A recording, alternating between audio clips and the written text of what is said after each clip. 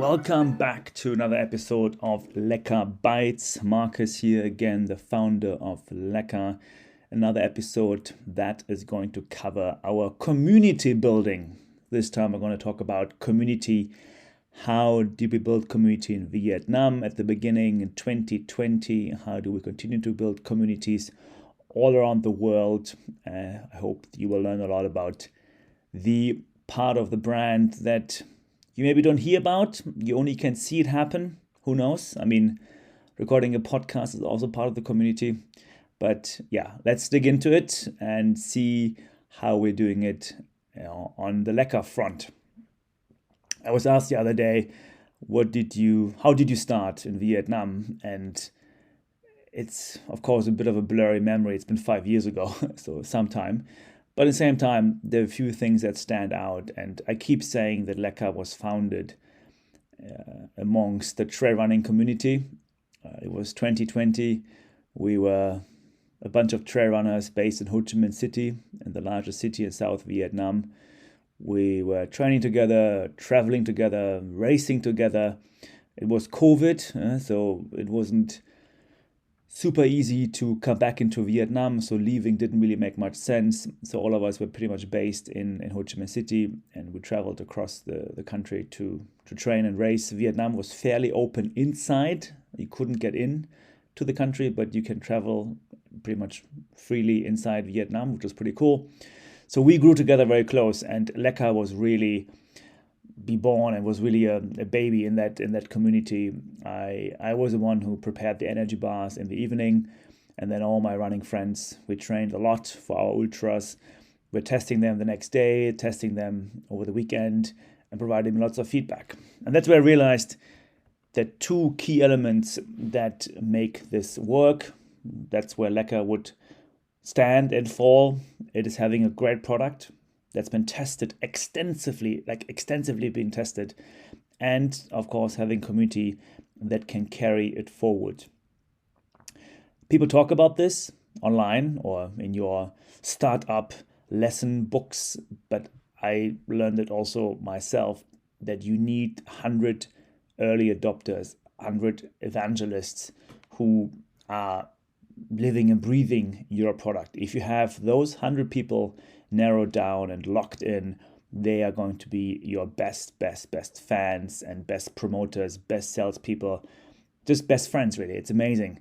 We pretty much over the first 6 months in 2020 were working then with dozens of runners in Vietnam, all pretty much my friends.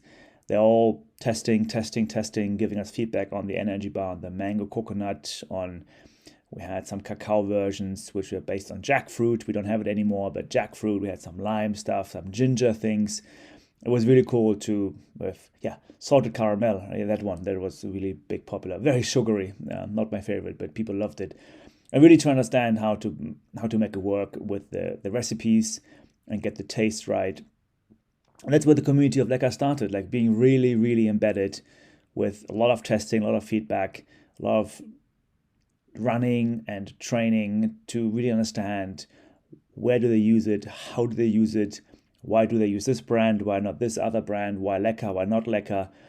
And that set things straight for me, and it was basically the important foundation that we built with the community. Stay focused, stay niche. I didn't engage with road running, I didn't engage with cycling. Of course, I knew people doing it, but it wasn't like I wasn't part of the community. I was part of the trail running community.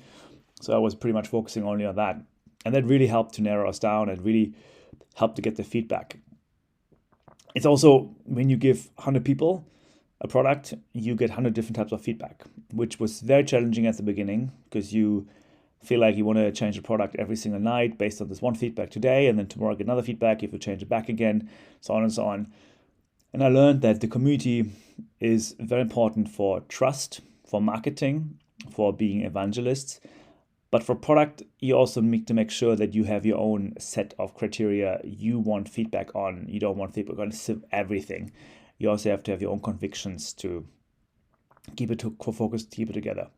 So that the first 6 months were just really prototype testing, community building, where the trust was established, and you start to see people using it doing races. You start to see my running friends, who I have to admit, all pretty good runners too. They were, of course, inspiring other runners with their achievements. So other runners ask, hey, what do you do for nutrition? And then they mention Lecka. So it's a very good word of mouth. And as I'm a fairly conservative guy when it comes to marketing, like really believing in old school word of mouth, this was the best starting point. And I think I have not really deviated much from that approach.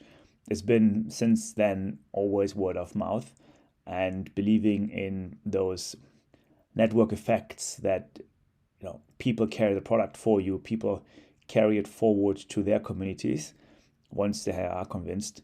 And that's what is happening from this very tiny, small trail running community in Vietnam at the beginning. And the next step was to work more with running clubs. You probably, if you are running, there are thousands of running clubs these days, some small, some very large.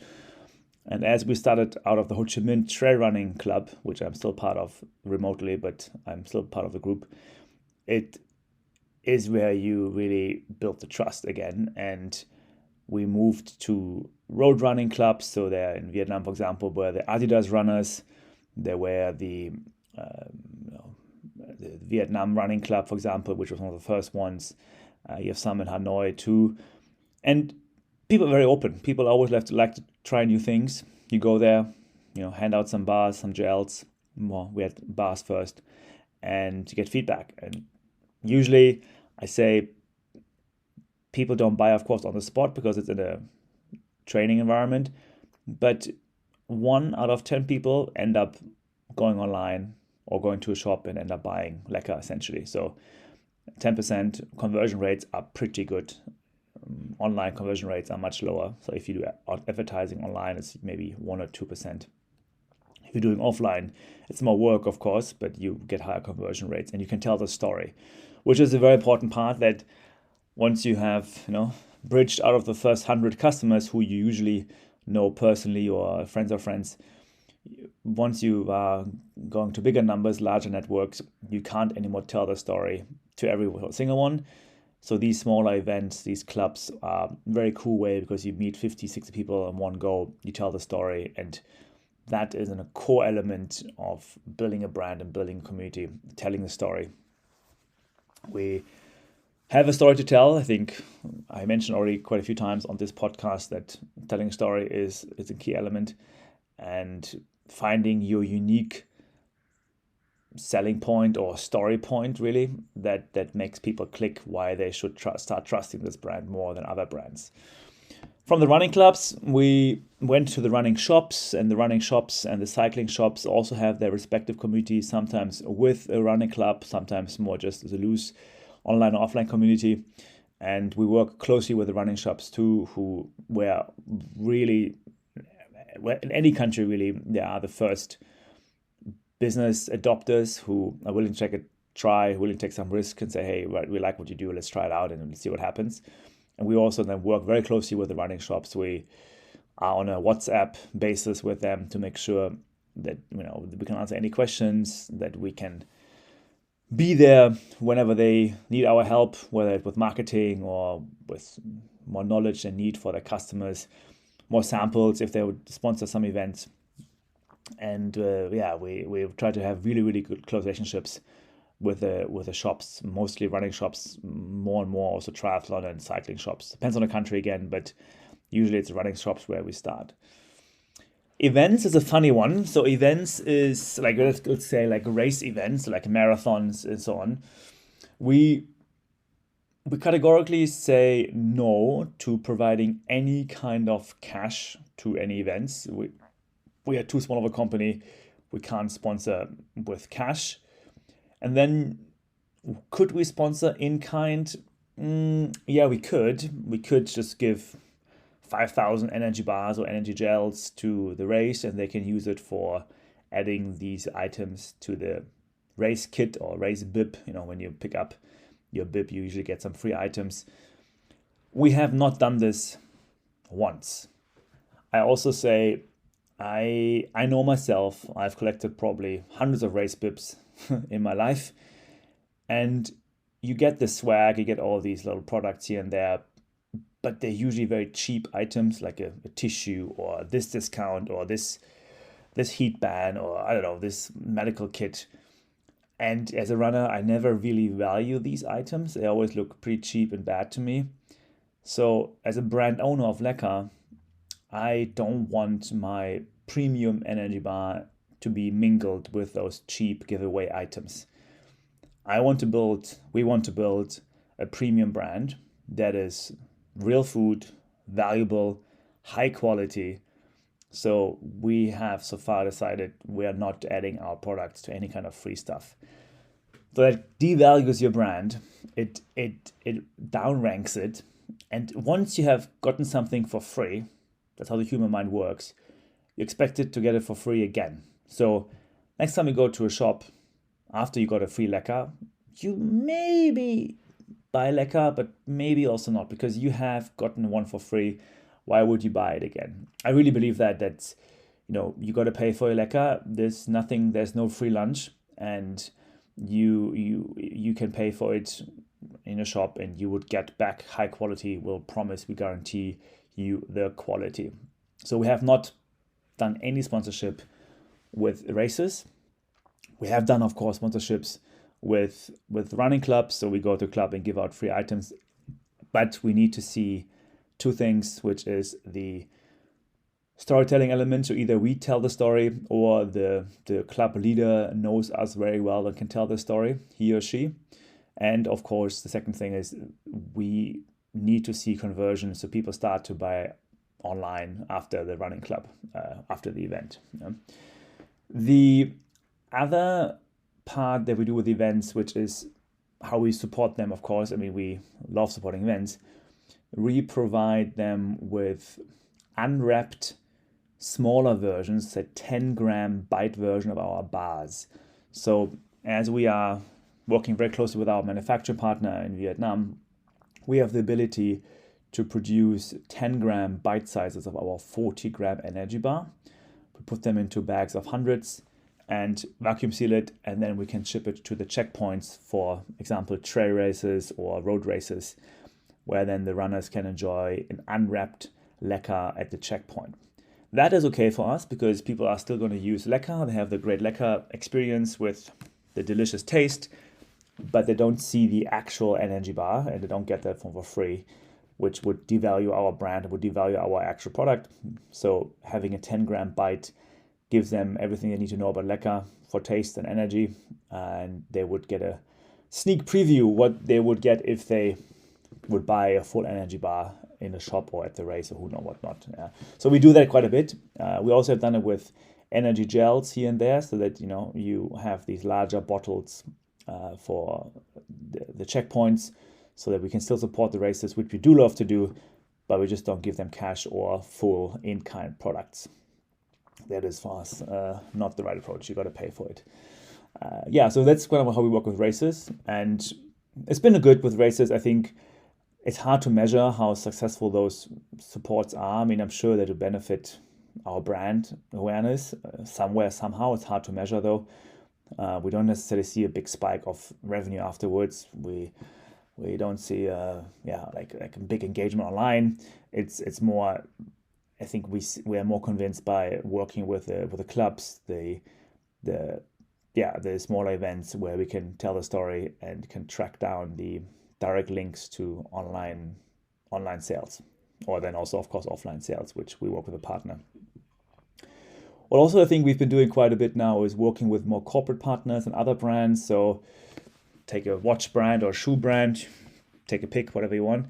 And they are also great collaboration partners. They usually have a bit more budget, so they organize their own larger events, and they do want to provide nutrition. And then we partner with them, and they organize an event, a race or whatnot, a run club, and we can partner with them. And so it's going together as a 2-3 brands into that environment has been also cool for everyone, and it gives the runners an idea that we all work together in the same community. KOLs, another part how to work with KOLs or influencers or athletes. We're quite relaxed then, to be honest with you. We don't have like a professional KOL program. I say this publicly a lot, that we love supporting our athletes. However, no one is exclusive. We don't want anyone to just only use Lecka. I myself use different brands when I'm racing. There's some famous ones out there we all know that have a very good carb to net weight ratio, which works for racing. I used to go on my 50 kilometer, 100 kilometer races. You just don't know how you will be like at kilometer 80 or after 10 hours. You want backup. So I myself take 3-4 different brands with me and different products with me just to be okay. Lecka is not the one and only solution. We're not the holy grail. We are part of a great portfolio, and we can deliver on what we promise in real food, taste, and I guess stomach easiness. But also, of course, I do know that other brands have a better carb to net weight ratio, and that's great. So we tell our KOLs, we support you with our free products. We support you with our nutrition advice. We support you whatever you do. We, however, don't expect that you have to be exclusive. And because, feel free to use what you want to use. I'm very against nutrition exclusivity because that's not how human bodies work. I can see why a shoe brand or a watch brand wants to be exclusive, because once you have your shoe, you stick with the shoe. You don't change shoes during the race too much, or you don't change your watch during the race, but you do change nutrition during the race. So we can't take the same approach as gear brands. Nutrition brands, I think we should be more open-minded, more flexible, and don't tie the athlete to only one brand. That's where, we keep it open. And if you like Lecka, come to us. If you're a good athlete, if you want to post about us, if you want to share your story and share your Lecka moment, we're happy to support you, and we can talk about a partnership there. Most of our KLs right now are in Vietnam. We have some in Singapore, some in Cambodia, some in Thailand. We have more coming up in Europe, and then also here in US, we have a number of KLs joining us. They're ranging from running, cycling, triathlon, even soon hiking and other outdoor sports. We're quite flexible as long as you have a great community around you. And most of the time, it's more important for us to have a community around you for offline, so a running club or some other, offline things you do. We love to support. If you have a strong online following, that's nice too. I mean, great for brand awareness again. We might be able to get more sales, but because we are a food product, people have to try out Lecka offline with food. So if you are, we're calling community leader, it's more likely to work with you rather than if you're just a super mega crazy KOL with 100,000 followers, where we're like, okay, I mean, nice, but we care more about the offline community. And I think that's pretty much a summary of the last few years of our work with communities. To summarize, we work with niche communities, mostly run clubs, to hand out samples, tell the story. We work with events with our smaller, like 10-gram bite sizes, to give unwrapped Lecka, don't give cash, don't give actual products. And we work with athletes who are strong in the offline world, who have good trust, good following, share our understanding of healthy lifestyles, and we don't have any exclusivity there because we want to keep it easy for anyone involved. I hope that helps.